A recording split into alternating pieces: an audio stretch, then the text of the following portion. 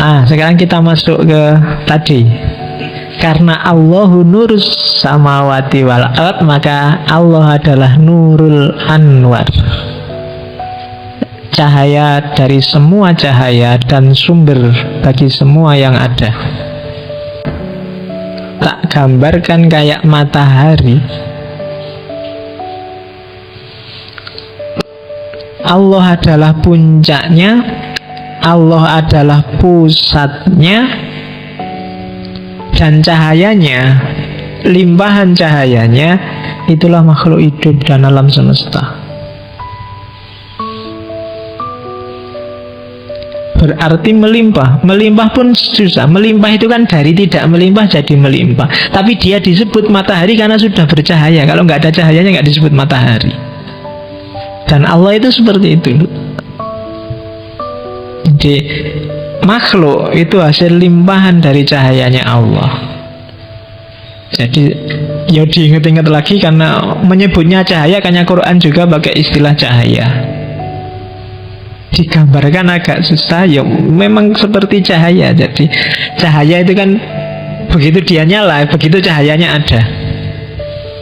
Jadi begitu Allah ada, ya otomatis ketika Allah ada memancar. Dan pancaran-pancaran itu, itulah nanti lahir gradasi makhluk-makhluk. Semakin jauh yang namanya pancaran kan semakin gelap. Dan di ujung cahaya setelah itu kan kegelapan. Dan ini makhluk ini gradasi. Mungkin yang paling ujung ya batu-batu yang gak punya nyawa. Mungkin setelah itu tumbuhan, setelah itu manusia, setelah itu.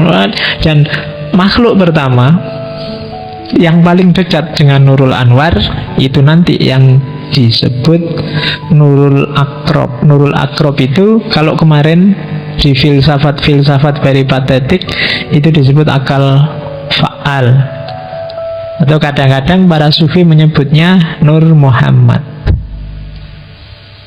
atau kadang disebut hakikat Muhammadiyah. Hakikat NU nggak ada.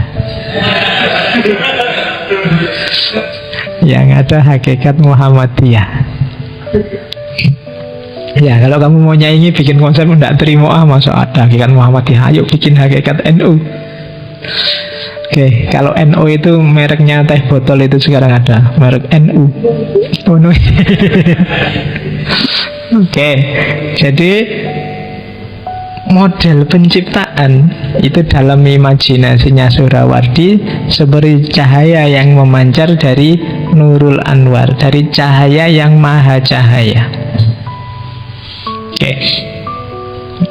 Satu-satunya cahaya yang sejati itu ya Allah. Jadi semua hakikat itu sebenarnya hakikatnya Allah. Yang lain cuma pancarannya. Jadi gambarnya kayak matahari itu, berarti dalam diri kita ada kandungan Allah, tapi hanya sebagian karena Allah yang sejati di sana. Itu nanti yang agak membedakan dengan Ibnu Arabi dan kawan-kawan. Kalau di Ibnu Arabi kan ya Allah itu ya kita ada di dalam Allah, itu yang disebut wahdatul wujud. Tapi kalau Suhrawardi ini agak kalau Ibnu Arabi panteis, kalau Suhrawardi ini disebut panenteis. Panenteis itu saya bukan Allah, tapi dalam diriku ada Allah, ada kandungan Allah. Itu panenteis. Ada bagian tertentu dari diriku yang pasti bukan Allah. Sifatnya gradasi. Kayak cahaya, semakin jauh semakin gelap. Maka orang yang melakukan kejahatan, melakukan kejelekan, melakukan kekacauan, dimensi cahayanya lama-lama redup. Kenapa? Karena dia menjauh dari pusat cahaya. Maka semakin jauh dari Allah dia semakin gelap, karena pusatnya cahaya ada di Allah. Itu gambarannya. Jadi meskipun miskin, bajunya jelek, tapi kadang-kadang kalau bercahaya kan kelihatan. Kenapa? Karena orang ini dekat sama sufi-sufi itu kan jarang yang punya baju bagus, kan? Orang para ulama besar itu biasanya ya bajunya sederhana-sederhana. Yang bajunya bagus-bagus kan para pejabat, para artis, kan gitu. Kalau yang sufi-sufi ya bajunya biasa-biasa, jelek-jelek. Tapi deket sama mereka enak. Kadang-kadang kamu sowan ke rumahnya para ulama, para kiai itu, nggak ngapa-ngapain ya, kamu lihat di situ banyak tamu, duduk aja di situ dengerin orang ngobrol, hatimu kan tentrem. Kenapa? Kamu sedang dekat dengan cahaya. Jadi pikiranmu jadi bening lagi. Tidak harus ngobrol deket aja sama orang-orang itu, bikin hati tentram. Dijelaskan secara logika tidak bisa, karena ranahnya bukan lagi ranah logis. Oke. Ya, ini teori selanjutnya. Yang saya sebut saya tidak akan berdalam-dalam di sini. Itu nanti di titik tertentu mulai agak jelimet di situ. Tapi tak gambarkan generalnya saja. Jadi cahaya itu ada dua jenis, ada cahaya yang fakir dan cahaya yang kaya. Cahaya yang kaya berarti cahaya itu ya milik dia sendiri, bukan karena yang lain.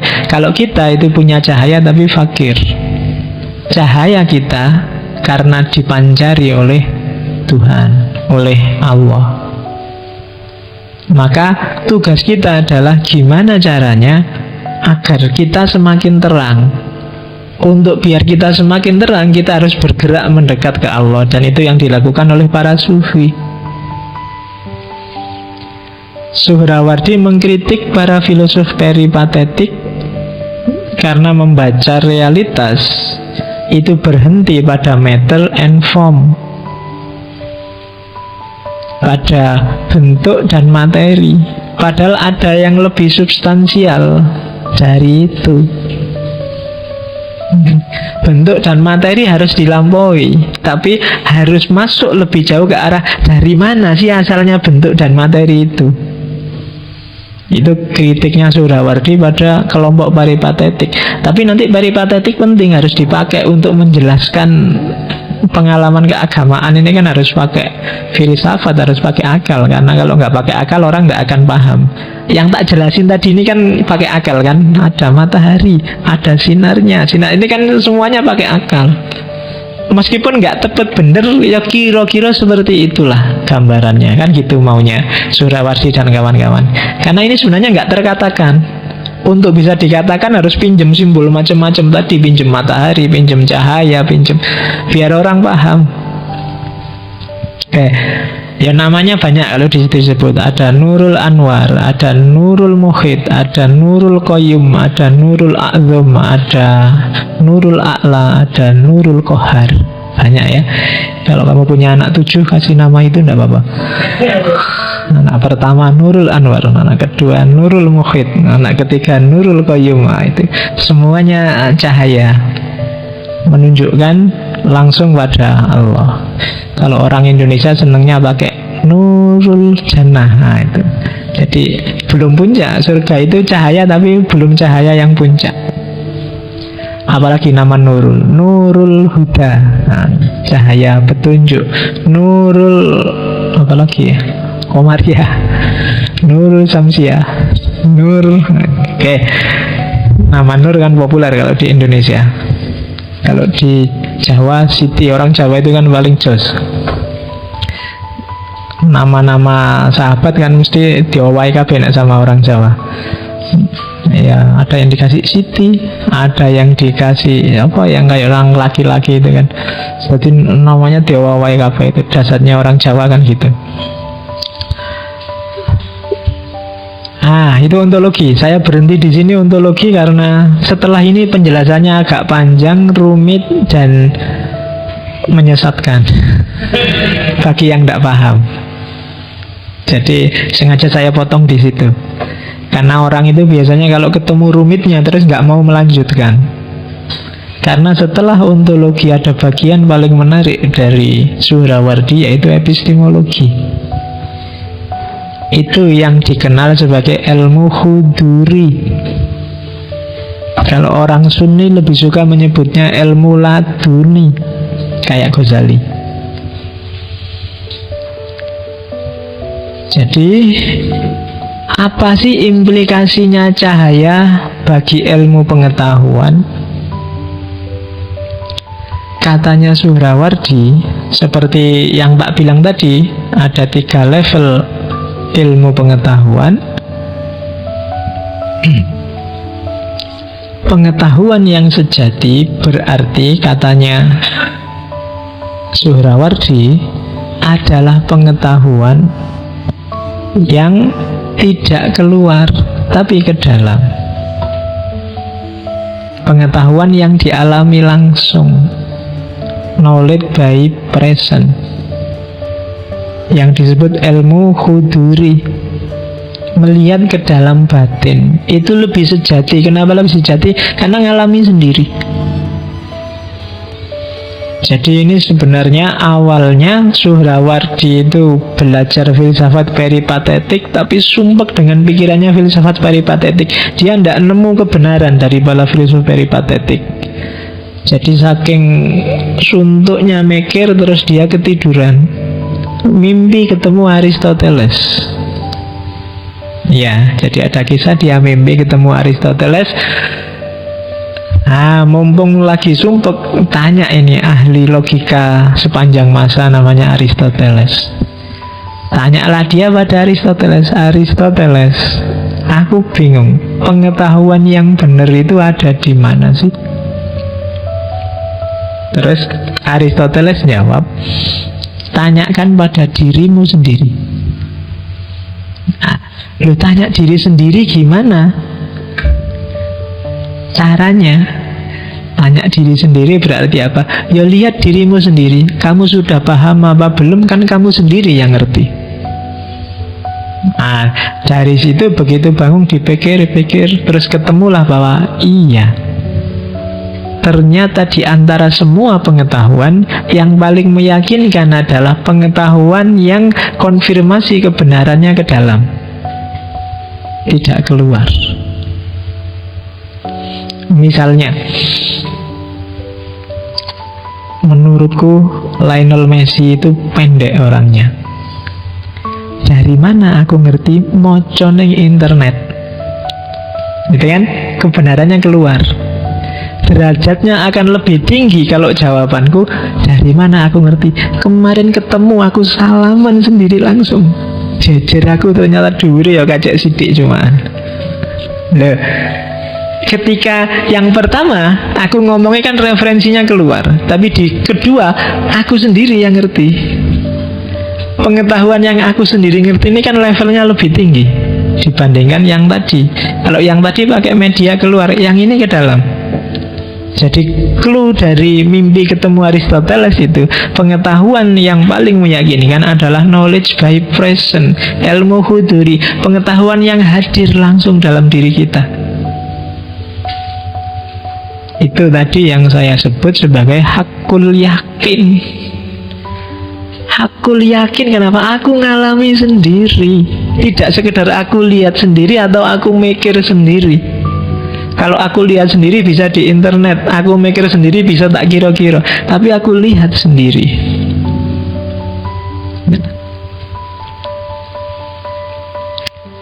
Aku lihat sendiri, pacarku masuk sama laki-laki lain, besok mesti hamil. Itu lihat sendiri. Atau yang besok mesti hamil itu kan kongsi pikiran, pakai akal. Tapi akan lebih dahsyat kalau aku ngalami sendiri. Aku dewe sing ngajak pacarku masuk. Itu berarti itu lebih mantap kalau itu kan. Lo kamu coba lihat masuk kamar, di kamar ngapain juga nggak tahu. Ya, jadi ngalami sendiri.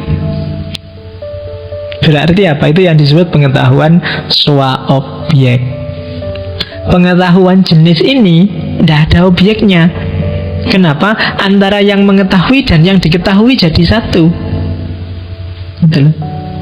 Ilmu itu kan biasanya ngeceknya keluar, berapa skornya akan terus ke sana. Tapi yang paling mantap itu yang ke sini. Ini kan lebih mantap. Swa objek, objeknya yo aku ngecek aku dewe, yang mengetahui juga aku. Itu yang disebut self-awareness, kesadaran tentang dirimu sendiri. Nah, itu yang disebut ilmu huduri. Kalau dalam dunia sufi, kesadaran pengetahuan yang ada dalam dirimu itu tidak selalu pengetahuan yang kamu alami langsung, tapi ada kalanya diilhami oleh Allah dalam dirimu. Jadi kamu tinggal nengok di dalam ada pengetahuan apa sih? Hasil ilham dari Allah. Ya termasuk intuisi, termasuk insting. Itu kan pengetahuan yang dalam diri. Kamu nggak pernah belajar gimana caranya sayang pada orang tua, otomatis saja kamu sayang pada mereka. Orang tuamu juga waktu kamu lahir nggak pernah, wah aku harus kursus ini biar aku sayang sama anakku, kan nggak. Otomatis ada dalam diri mereka rasa sayang pada anak. Itu kan pengetahuan instingtif, jenis pengetahuan yang juga self-awareness, sadar langsung. Kamu yang cowok kan nggak pernah belajar, wah aku cowok apa cewek, oh cowok, berarti aku harus belajar gimana caranya suka sama cewek, kan nggak. Otomatis aja lihat cewek langsung sweet kamu kan, langsung seneng kan gitu.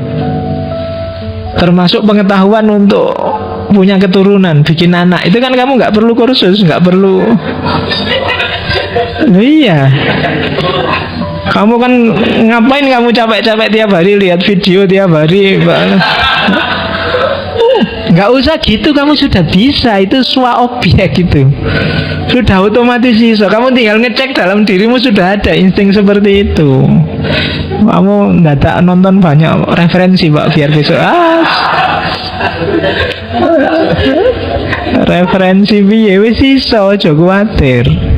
Ya kan? Ya dicoba dulu, dicoba. Sudah ada kemampuan dan kapasitas itu. Bapak ibumu dulu nggak pernah nonton juga jadi, ya kan? Ayam itu juga nggak pernah kursus, nggak pernah download, nggak pernah itu juga bisa. Ya kan? Jadi ndak, itu pengetahuan swa objek. Ndak mungkin salah, wong ada dalam dirimu kok. Nggak mungkin keliru, wis kamu nggak perlu belajar susah-susah. Mesti ngerti Pak, nanti saya nggak tahu tempatnya Pak. Iso, coba khawatir. Mesti ngerti. Iya, nggak, makanya kan orang sekarang kan agak itu kan, oh ini perlu pendidikan seks sejak dini. Ngapain dididik? Iso, jangan khawatir kalau seks. Iya. Jadi oke. Nah, ya nanti kalau dalam sufi namanya macam-macam. Ada ar-ru'yah al-mubashirah, ada direct experience, pre-verbal knowledge, ada kasyaf, ada, itu sebenarnya nama-nama lain dari huduri. Kadang-kadang kita juga sebut laduni. Kalau dunia barat juga menyebutnya intuisi, pengetahuan yang muncul secara ilhami, tidak diduga-duga. Kayak waktu Newton tiba-tiba lihat apel jatuh. Begitu lihat apel jatuh, iya, ini kemungkinan ada hukum jatuh, kan gitu. Dan itu ketika dia sudah mahasiswa. Kalau ndak intuitif kan nggak mungkin. Kalau pakai akal harusnya dia sejak dulu-dulu, mungkin waktu SD, waktu SMP, SMA kan sudah lihat barang jatuh. Tapi kenapa begitu apel jatuh baru muncul ide gravitasi? Ya karena itu sifatnya intuitif. Sama kayak Archimedes kan, waktu dia mau mandi kungkum terus airnya utah semua, lahirlah hukum Archimedes. Ya, jadi itu kan sifatnya intuitif, nggak bisa diatur. Aku mau nyari hukum Archimedes, tak nyemplung, kan nggak. Tapi begitu nyemplung dulu baru muncul ide, iya, kan gitu. Itu sifatnya intuitif. Nah, kalau menurut para sufi, intuisi itu pengetahuan yang sifatnya swa objek, itu pancaran cahaya dari atas, dari Allah. Jadi Allah yang maha tahu segalanya, sekaligus dialah yang segalanya itu. Karena semua realitas adalah pancaran dirinya. Kalau batin kita jernih, maka Allah akan memantul dalam diri kita. Kalau Allah memantul di batin kita, otomatis kita banyak informasi tentang alam semesta. Karena Allah juga adalah alam semesta itu sendiri. Itu yang ada di pikirannya Suhrawardi. Makanya kadang-kadang wali-wali itu kan ngerti macam-macam. Wali-wali itu ngerti segalanya. Kemarin saya waktu ngajar di kampus itu kan cerita tentang seorang wali di Jawa Timur yang diwalikan dan ngerti macam-macam. Di antara pengetahuannya para wali kan ngerti masa depan. Jadi kalau ada banyak tamu, itu dia bisa nebak, dia bisa ngomong, dia bisa ngasih advice, dia bisa marah-marah, dia bisa, dan mesti pas tanpa harus kenal siapa orang itu. Itu kan kadang-kadang aneh kan. Tapi itu yang terjadi kenapa? Karena batinnya jernih. Kalau batinnya jernih, Allah memantul dalam batinnya. Kalau Allah mantul, wong Allah itu ad-dunya wa ma fiha, karena dunia ini hanya pancaran dari sinarnya, dari cahayanya Allah, ya otomatis tidak usah dia belajar, informasi itu ada dan datang. Makanya hati-hati kalau kamu ketemu orang-orang kayak gitu. Dia bisa nebak dengan tepat siapa kamu, kemarin kamu habis ngapain, dan seterusnya. Ya kan? Dan kadang-kadang kan kamu malu kalau ketemu orang itu, karena wah ini mesti bisa nebak aku kan gitu. Padahal harusnya kamu lebih malu lagi, karena Allah itu selalu ngawasi kamu loh. Kayak beliau-beliau para wali itu juga ngerti, Allah juga ngerti, jangan dianggap. Cuma kamu gak malu aja kan kalau sama Allah. Ya iya biasa lah, Allah kan gak cerewet kayak mereka. Ya, Allah ngerti macam-macam kan, diem aja Pak kan gitu. Ya paling Allah ketawa aja lihat kamu. Ya wis ngerti paling Allah gitu wis. Oke, jadi cara berpikirnya seperti itu.